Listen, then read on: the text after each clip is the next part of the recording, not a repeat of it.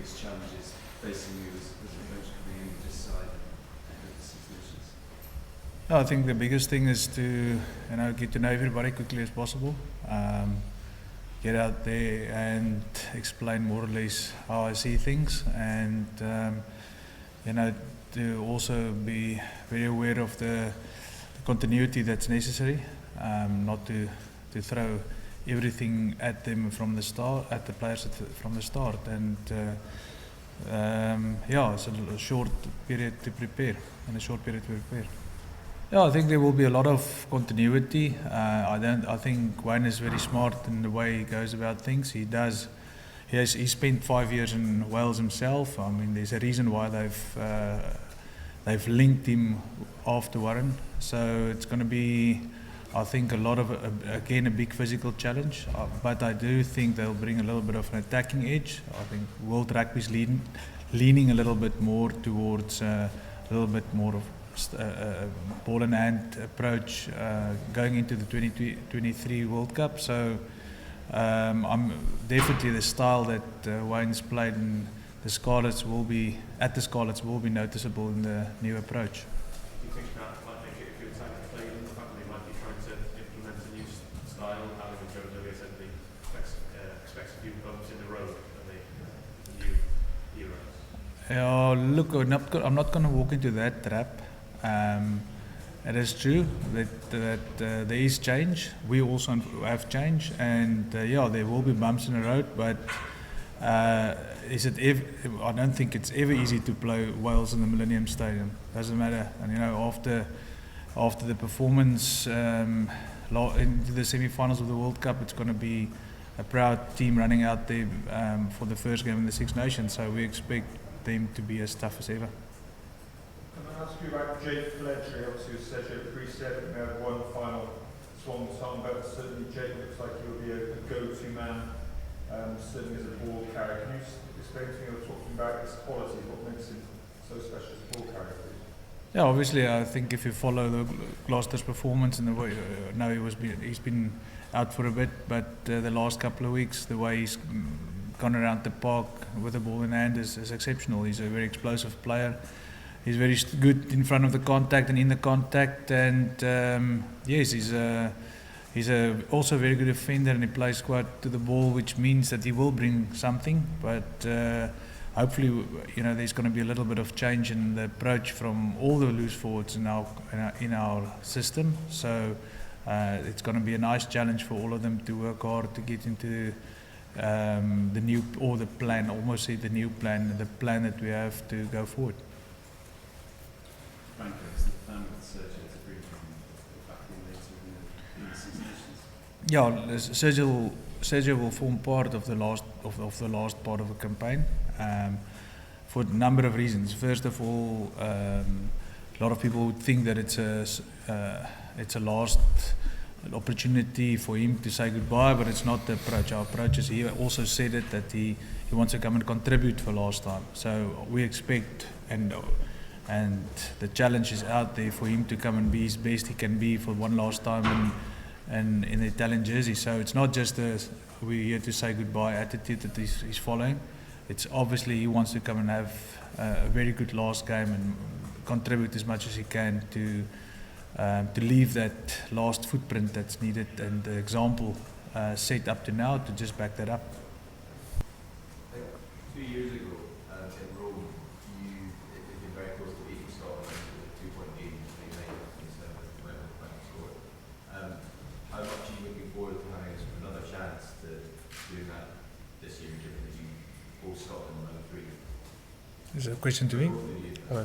Okay, I'll go first and then I'll give Luca a chance. Obviously every game is important for us. I think a lot of people would think that Scotland and Italy is maybe teams that every time come close and there's opportunity for a upset, if I can call it that.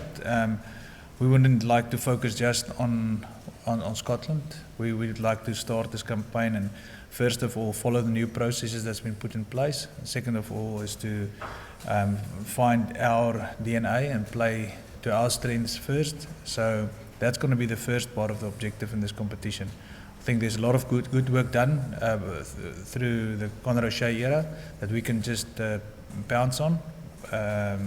So for us to aim just at the sides like Scotland would be misinterpretation of what we're trying to do. We need now to install these new processes and follow that to see if we can't be at our best as quickly as possible. Yeah, sure. We will play our game for win. That's true, and we are building our confidence in the new process, and we want to be the best that we can be, and this is our goal for these Six Nations. What's your point of view about the French national team? Yeah, obviously, I had the privilege of coaching against them when I was with South Africa in 2017, and I know what the French team's about, but also with a lot of new ideas coming in from Fabian will make a big difference. A lot of young players now getting a chance. We know that the French under 20s in the last 2-3 World Cups were basically unbeaten, very strong on what they did. So that is this generation coming through. So we expect a very determined group of players. We expect a lot of liberty in play, but also with Sean Edwards being there that to help the defense, it's going to be very direct and a lot of physical stuff which we're not usually seen by the French players. So we expect really a very competitive ball in hand approach, but also a very physical defense approach. Franco, we don't get many South Africans coaching national teams in the Six Nations. Can you give me your own impression from the outside of what you made of the tournament over the years and what South African perspective you hope to bring to the campaign ahead? Yeah, look, I grew up with the Five Nations first. It was always a huge thing in South Africa. You know, that was our point of reference for a long time. And once it became Six Nations 20 years ago now, obviously it was trendsetters in the way World Rugby was approaching the new law changes, and there was always something special about the environment, the climate conditions that influence the game. So there's a lot of things that we took back in South Africa and looked at and developed our game around to be competitive, especially at the end of the year tours that we often had to come down and learn the hard way over here. I think this tournament, with the help of the very competitive domestic competitions that's around, has developed players and coaches in such an extraordinary way that they are the trendsetters at this stage in World Rugby. So for us, from a South African point of view, or from me from a South African point of view, and from my experience from Super Rugby, it's important to find maybe a blend from South African perspective between managing the conditions and having the ball in hand, one more try approach that sometimes happens down south. We need I think that with the way the pitches has developed and the roofs that's closed now and then, that the ball in hand approach from a lot of teams over the last couple of years, I think from the Joe Schmidt era, especially these guys that brought something different to the game, and it showed that it can, this side of the world can also be played not just from a kicking perspective. So I think that if I talk South African rugby, we changed our style quite a bit dramatically in the World Cup, where it was tournament competition, where it was less ball in hand approach. So we will just have to find that balance from my perspective now in Europe. How can we get that perfect blend between the two ball in hand and field domination or territory domination components in the game? You touched on it there that I believe it's 20 years since the Five Nations became the Six Nations. Does that make this year bigger for Italy? I think every year is big for Italy. Yeah, and how do you reflect on the 20 years of Italian participation in the Six Nations? Yeah, fortunately, I've spent quite a bit of that 20 years in Italy, so I've got a good perception. I know how much it means for them.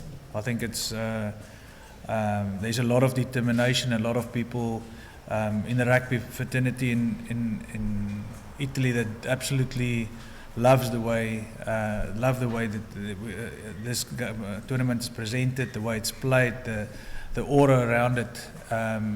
I know I was one of the big campaigners for us to become part of the Celtic League or the Pro 12 back then, and even when I played there in 2003, 2004, way back in the day, it was really, we pushed for it to become part of the Celtic League back then. So when it eventually happened, and from my perspective, since I've left Italy in 2013 until now, the Italian teams, the physicality and the rugby mindset has changed and grown a lot. I think there's a better perspective physically what's expected. Also, rugby intelligence, I think that really improved, and also I think it became the younger generation now in Italy starts to understand what is expected of them. They start at a much earlier age developing skill sets and physical ability to be competitive. So I think the influence of the Six Nations in the last 20 years and also of pro rugby in the last 4 to 5 years will only be seen from now on.